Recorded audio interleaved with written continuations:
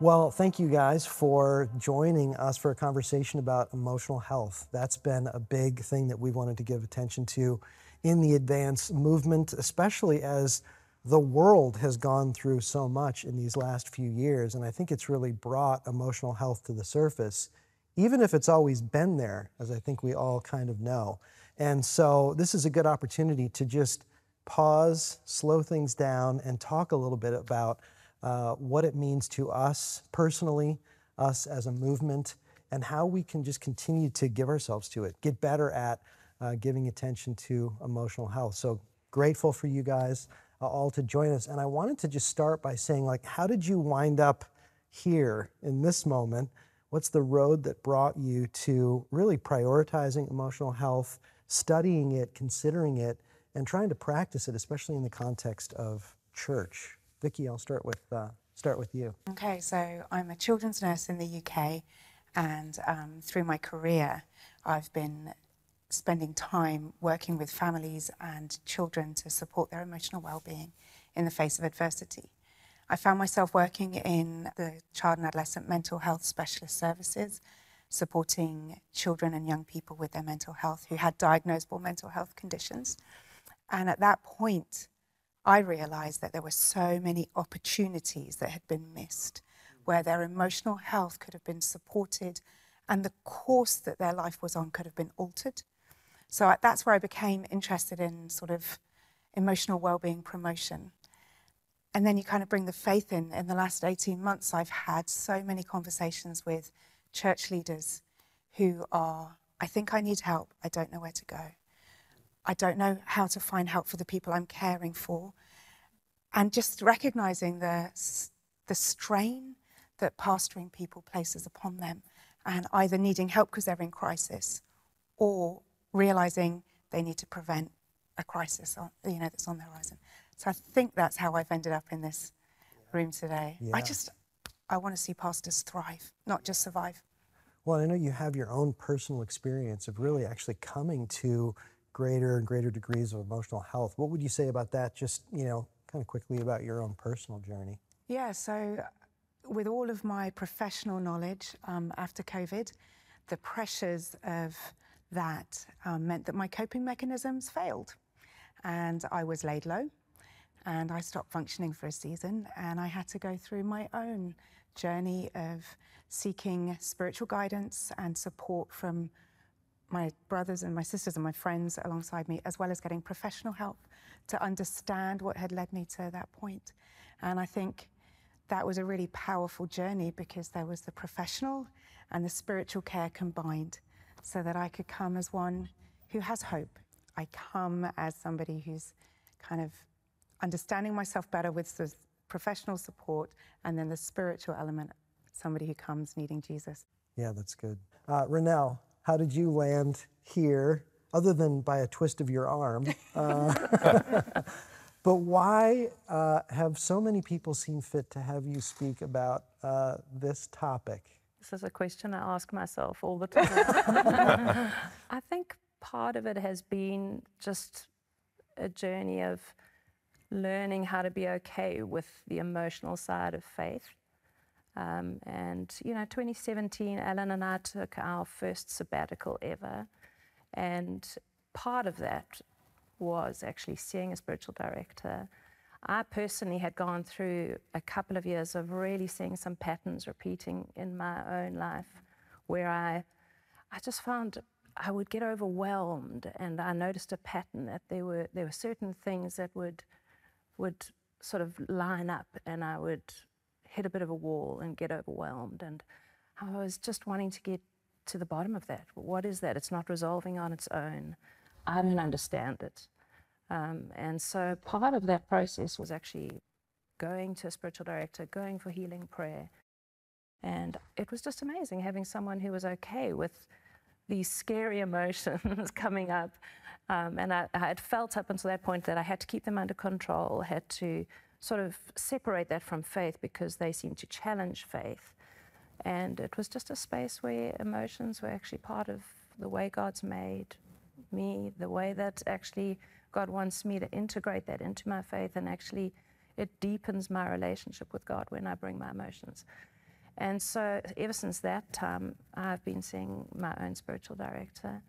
And it's just deepened and enhanced faith, and it's meant that actually I've been able to engage with people in a more meaningful way as well. So JD, how did you land here? You've got quite a variety of things that have contributed to your vocational life. And what would you say is the emotional health component that really has given you a passion and conviction for it? Yeah, I mean, I think there's always been the, the pastoral calling of just helping people. But then I think for me, where really this started to grow and become more into focus was just my own journey of kind of hitting the wall and burnout. We had moved overseas in church planting, planted a church, and then ultimately closed that church and found ourselves kind of with the death of dreams and really calling and all of those things in question, moving back to the States and kind of crash landing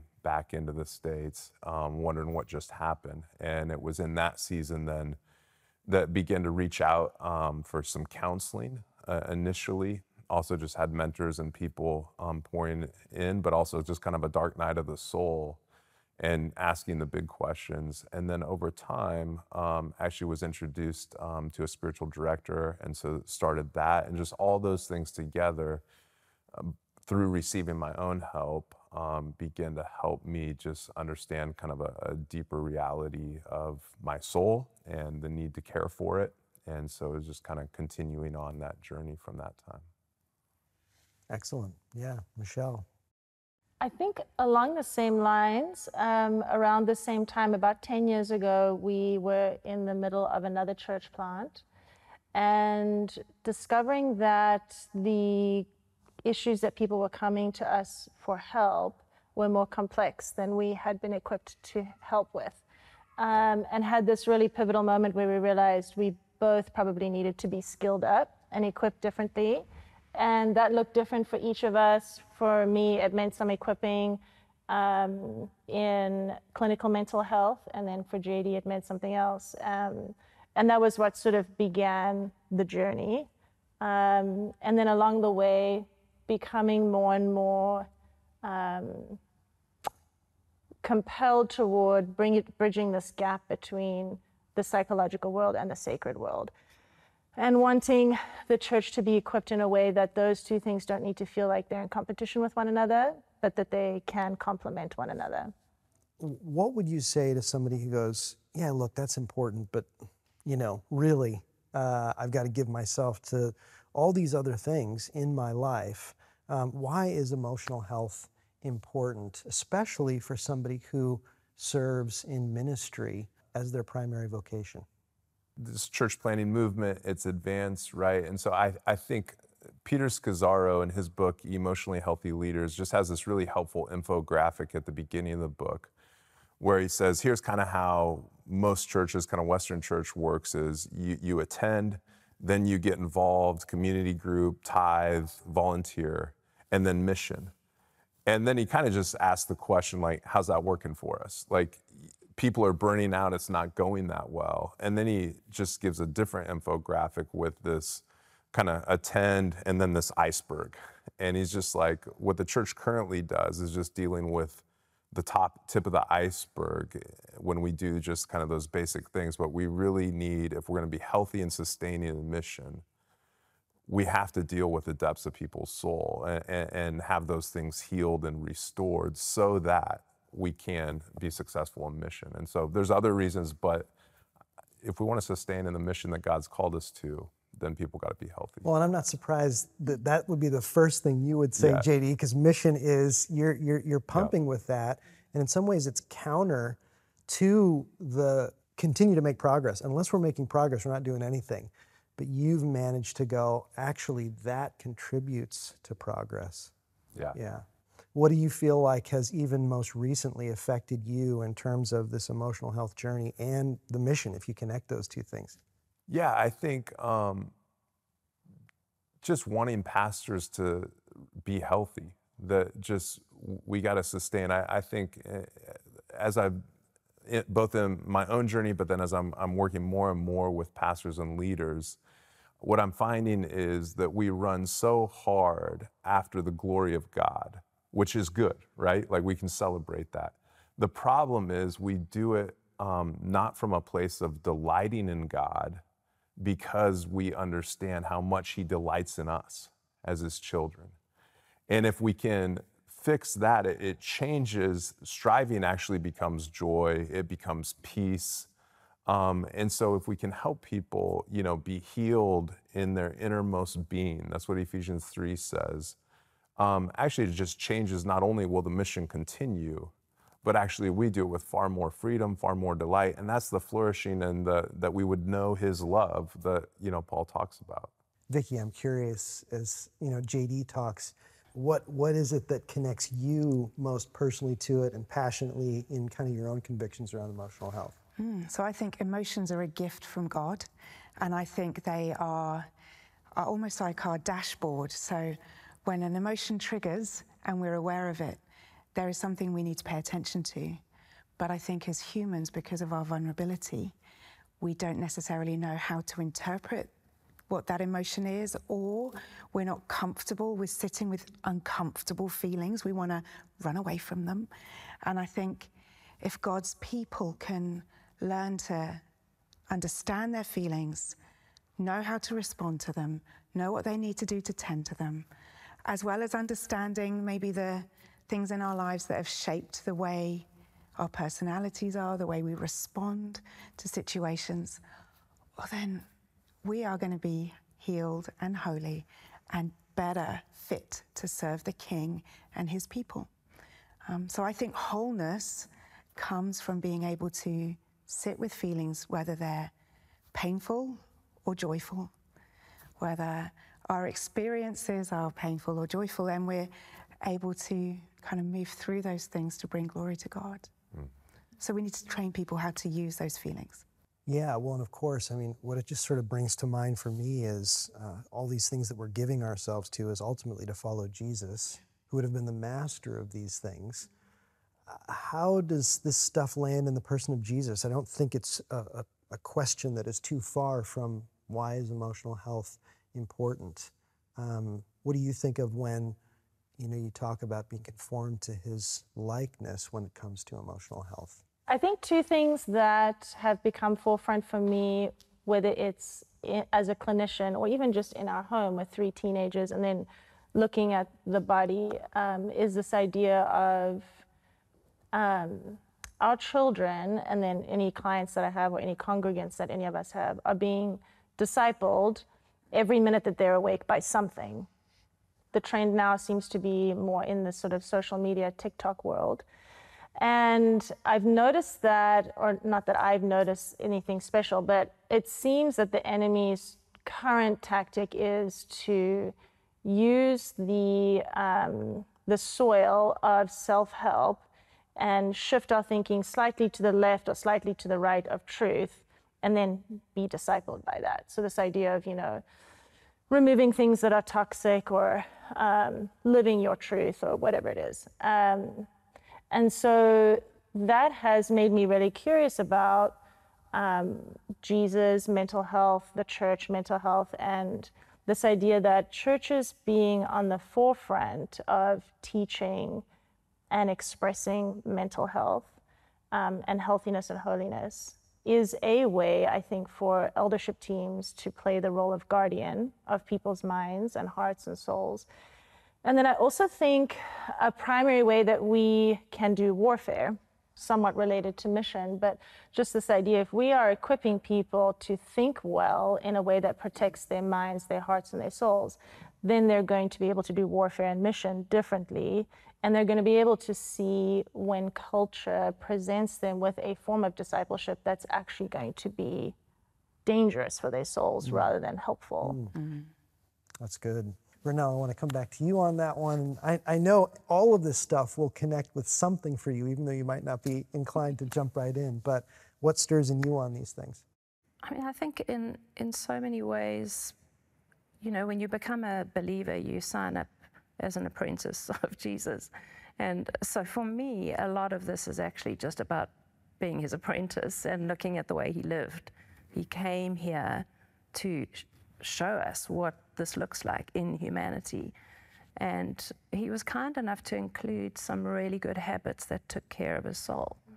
And for me, that's just kind of him. It's really kind that he considered the fact that we have frailties and we have limits. And if we tend to those things, we can be more of a gift. We can actually be more accessible to people. We can be more helpful to people. And I think the major thing I've gleaned from him as his apprentice is to not look for things in people that I should be getting from him. And I think that's the danger in pastoral work or any kind of ministry. If you're in any kind of leadership thing, people can become, or ministry or a gift can become a way of actually meeting a need that should only be fulfilled in Jesus. And so I just think it's vital that we protect our churches, our people, and ourselves from that. It's just a travesty when that happens, when I'm trying to fill my soul by doing something or meeting a need in someone. It just becomes, our motives become a bit distorted. And actually, if we take Jesus as an example, we can get that solid rootedness from him and then give freely. And so I just feel like it's a much healthier way to actually serve people, serve the church, not a selfish way. And those selfish aspirations they're not evil, but they're just a little distorted. I don't think anybody's going out to be selfish and self-serving, but we don't realize we have these needs that are not being fulfilled by Christ. I'm curious, in terms of what you guys have seen in people or in church environments, what does health look like? What are some of the earmarks of an emotionally healthy person, an emotionally healthy group of people, or a church? What would you say are the kinds of things that you would see that are indicative of that?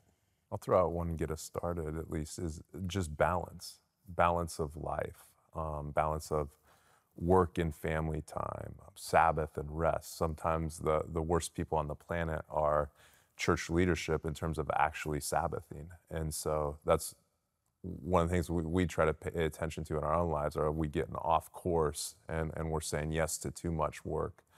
And are we having genuine Sabbath that actually is not just a day off, to mow the lawn or do errands, but is actually nurturing and caring for soul and relationships with each other, with our kids, but then ultimately even with God, most importantly with God. But that sometimes can be the one that goes last. Yeah, slips through the cracks. Yeah. Sure.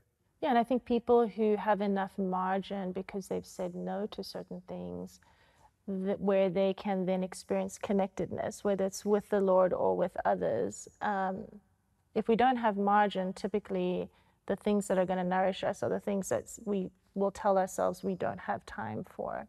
And so if we've said no to things in a way to be able to say yes to other things, remaining connected in marriages, as parents, as friends, typically that's a sign of emotional health and well-being.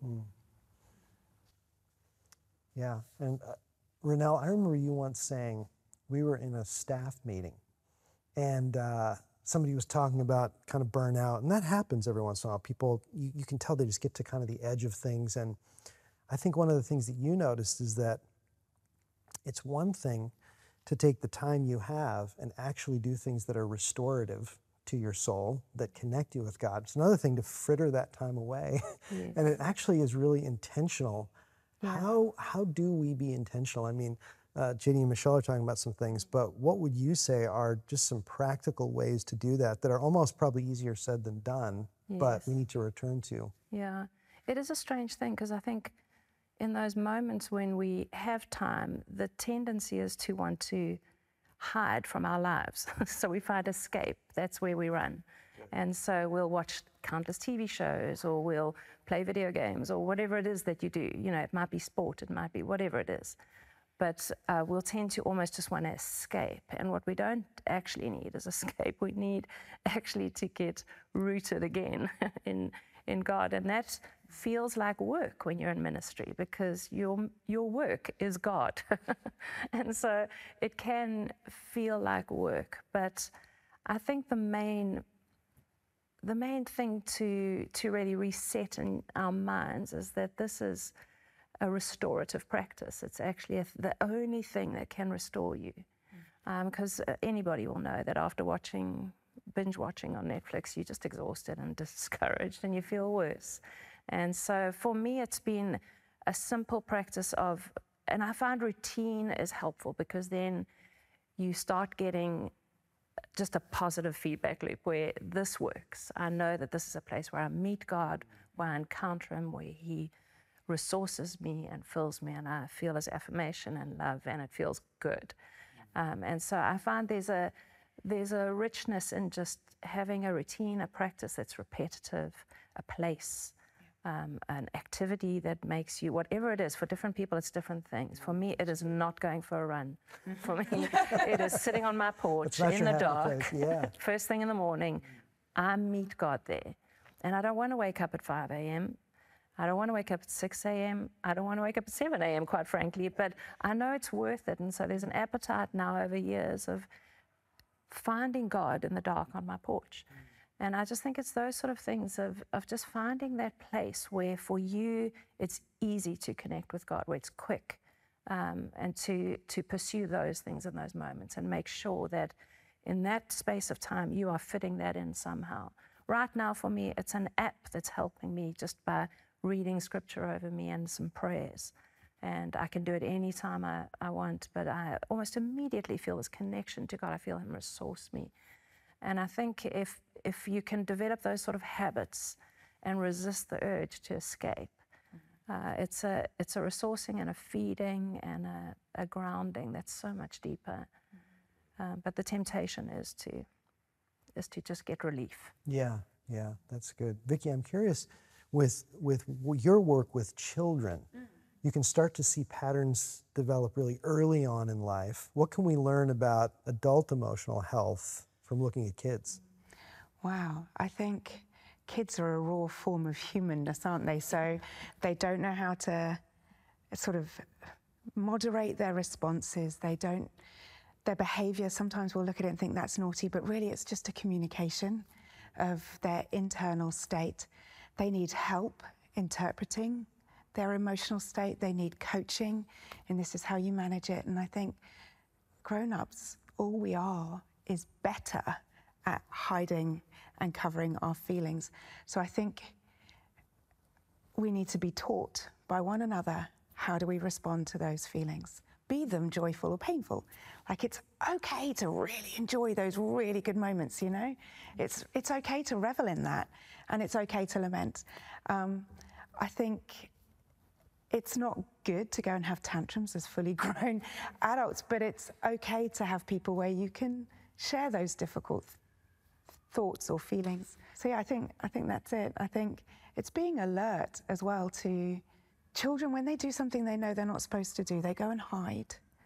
And I think when we maybe experience things that we shouldn't feel, we want to go and hide. Shame is something that adults can carry, and it's about bringing ourselves out of shame, receiving acceptance from Christ, bringing ourselves before our family in the church and going, hey, this is where I'm at, without shame, allowing them to tend to us. It's about recognizing and being alert to the things that anesthetize ourselves, that we're self-medicating with, be it scrolling or alcohol or other unhealthy habits, allowing people to speak into that. I think the vulnerability of childhood, like children are vulnerable with their feelings. We need to do that. I think if we can embody that, be more childlike. Yeah. Well, it's not a bad thing. Yeah, that's why I'm curious about that. There's obviously a lot we can learn from children. And I think one of the things you touched on that's it's almost an elephant in the room in this thing, is the shame attached to either emotions or going after emotional health, talking about it. Because especially, and as a man, I'll say, to be in touch with the tenderness, the vulnerability of that, it seems to me that, just back to that idea of what does an emotionally healthy church look like, it seems it starts with an overt, explicit discussion that is fair game, right? But why is there so much shame or judgment or fear attached to this thing of emotional health? And what do we do about that, especially in our churches as leaders? How do we counter that and go against the tide on that? I think it's going to look different to what cultural context we're in. So in the UK, we still have that stiff upper lip, you know, don't feel, don't acknowledge, let's just try and ignore or deny. Feelings aren't ever buried dead. If you bury your feelings, they're buried alive and they'll come back and they'll get you.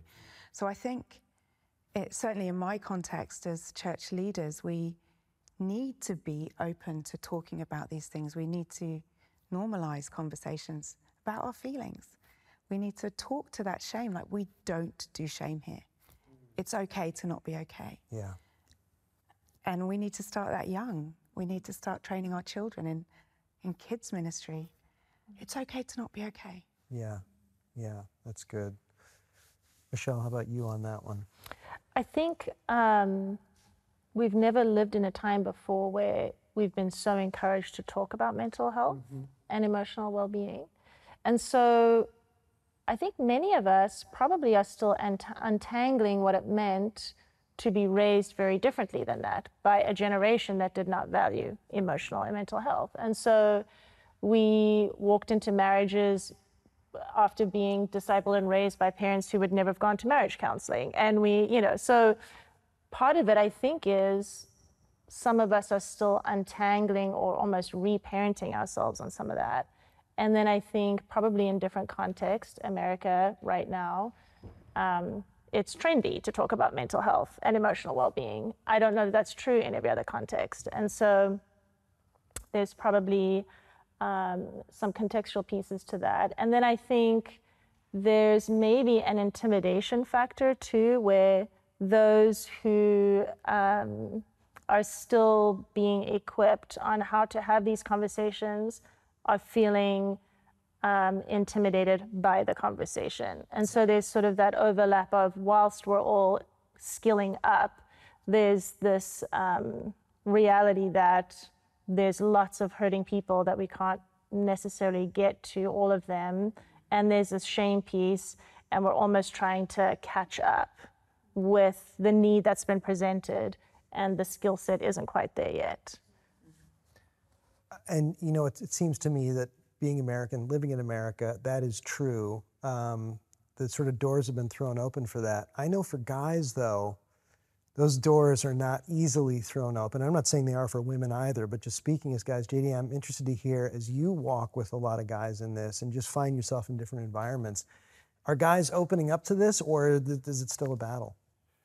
I mean, they are at some level, but I think the default position is still not. Like, you know, and the culture doesn't necessarily allow us to talk these ways anymore, but the reality is guys do have a sense of wanting to be confident, wanting to be strong, to show up having it together. And so it's vulnerable for us if we don't actually admit that. And so I think one of the reasons, to your question of just like, you know, the stuff playing out within the church is, as there's a couple of things that play, is, as Michelle was saying, is because we're not skilled up, that puts us as pastors in a vulnerable place. Because like, we don't necessarily have the tools that we need in the conversation. But at the same time, where there is confidence and strength is that the Word of God is truth, that it has all the answers. And so as there's this cultural shift where this is becoming so important, there's also this kind of skepticism and fear that we're trying to navigate. And so sometimes we're navigating our own kind of pride or self-sufficiency or not wanting to be vulnerable. And then other times we're rightly kind of discerning, hey, there's a huge shift. How do we don't need to just drink the Kool-Aid. And so those things are playing out. One thing I would add into the conversation that I think is helpful in motivation to engage these things in deeper ways is that the spiritual warfare side of things is that we're in a spiritual battle. And for all of history, one of the enemy's primary ways to do battle is to keep us under shame. And so I think, to Vicky's point, we have to engage that reality. Is like, if we're going to defeat principalities in people's lives, with strongholds in people's lives, part of that work is unlocking shame. And I think some of what the culture, although much of it isn't good, a lot of what is really good in the mental health conversation is it's giving us new tools and skills in how to help people remove shame. We've talked about kind of burnout and, critical stages where the wheels are coming off, but actually, if you can get it when there's smoke before the fire, what are some of the subtle signs, some of the things that we can be paying attention to either in ourselves or in other people, where it's like, hey, I'm just noticing, ever so gently, ever so lovingly, but actually, I think you need some help in this area. What are the things we should be looking out for in ourselves and in one another? Vicki. So one of the things that I've observed in most people who are beginning to struggle is that they go harder and they go faster. And they find it difficult to stop. They find it difficult to rest. They forget what it is that feeds my soul. What are the activities that bring me joy or help me to connect with somebody or gives me that sense of, that achievement. And I think if I start to see those things in people, I'll be curious. I won't accuse. I'll be like, hey, how are you? And I think it's just, looking for those people that maybe are going a bit harder, finding it difficult to rest. Maybe their partner's saying, oh, they're a bit snappy at the moment. That kind of, just being alert to those and then being curious. Oh, tell me about what's going on for you. And those are the things we might quickly dismiss with a laugh, like, oh yeah, I work too hard, ha ha ha. Meanwhile, I'm headed on a downward spiral. Exactly. Yeah. Exactly. Renelle, how about you in terms of things you pick up on, especially pastorally and in your work now as a spiritual director? I think one of the things is, we've spoken a bit over the last few months about the balance between self-care and self-denial. And I find self-denial is easier when my soul is good. But if self-denial, those things that are difficult to do or sacrifices, when that's becoming really hard for me, it's probably a sure sign that I'm not taking care of my soul. And so you can pit the two against each other and think, well, it's one or the other, but I think they're partners. That actually, if we take care of our souls, we can deny our souls. And so I find that in myself, that's a sure sign where I'm starting to draw back, preserve myself, protect myself. And it's helpful to have someone who can point that out in you. And so, I think it is helpful to have a few friends who actually will be honest enough with you to say, there's a bit of an edge, or there's, you seem. And so, I think that's pivotal in the conversation. Well, and the proof in that is Jesus. Yes. He paid the ultimate price, made the ultimate sacrifice from a place of full health. And I've never quite put those two together. When I start struggling to sacrifice, that could be an indication that at least I just need to pull back and see some of that health sort of overtake. How about you guys? Yeah, I think similar to what Renelle said is beginning to pay attention to my joy levels. So my nature and the way I'm wired is, anger is the emotion that's always there, and not always in a bad way. Like I experience life in angst. And so that's what motivates me for mission. It's what motivates me to care for people, issues of justice. But when that goes to the negative side and it's just frustration, joy decreases. And so if I can just pay attention to what my joy level is, Jesus went to the cross because of the joy set before him. That whole idea of sacrifice is, when it's a joy to sacrifice, to do the ministry. And when that becomes hard or there is no joy and it's just frustration, then that's a problem. Yeah, that's good.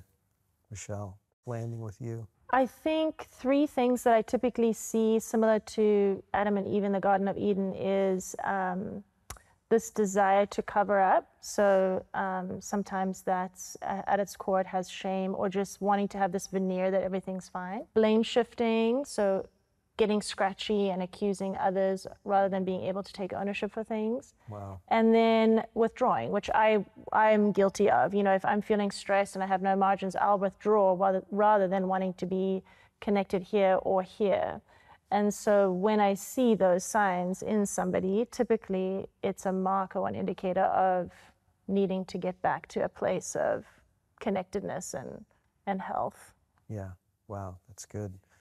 So much to say and so much to get into. And I hope that you guys continue to help us in the movement to do this. And I know that even what you said here will kind of move and inspire other people in their own personal journey, but also to engage with this in their churches. So thank you for all that you've been doing and will continue to do. This has been really helpful.